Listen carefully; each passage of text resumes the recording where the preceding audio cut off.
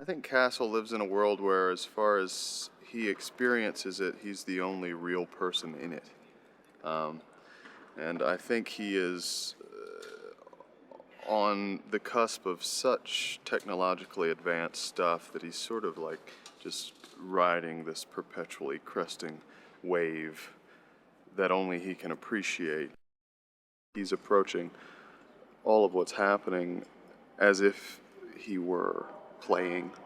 And like I said, if he's someone who really feels that he's the only person who's real, the stakes as far as other people falling by the wayside aren't so high.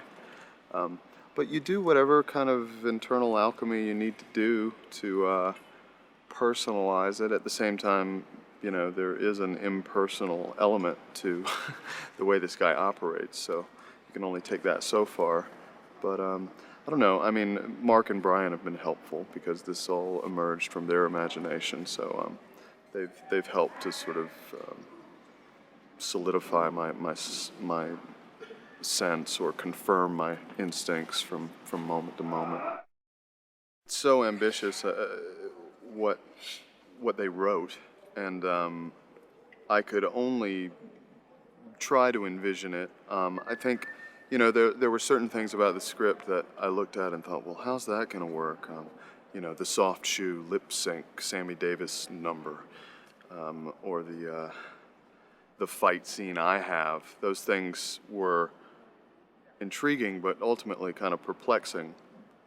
After showing up and working with them, I realized that they see it all, you know, in a way that I don't think anyone else can, and I have developed a greater and greater sense of appreciation for their talent and a greater sense of trust in them as a result. Society is the first of the games that Castle created that employs this technology. It's sort of maybe a step closer to the sim world as it exists today, except these aren't virtual identities. These are real people who have signed up to be manipulated by gamers. And it's a place where people can go and, through other beings, enact whatever fantasy might occur to them. This movie is, at its core, it's an action movie, and it's something that certainly appeals to an audience that has an appetite for that. But at the same time, there is a underlying or overarching sort of higher-mindedness to it in terms of what its comment on how things are unfolding and developing in the technological world that we're living in, and how people are perhaps giving over to it more than they should, or giving it too much power.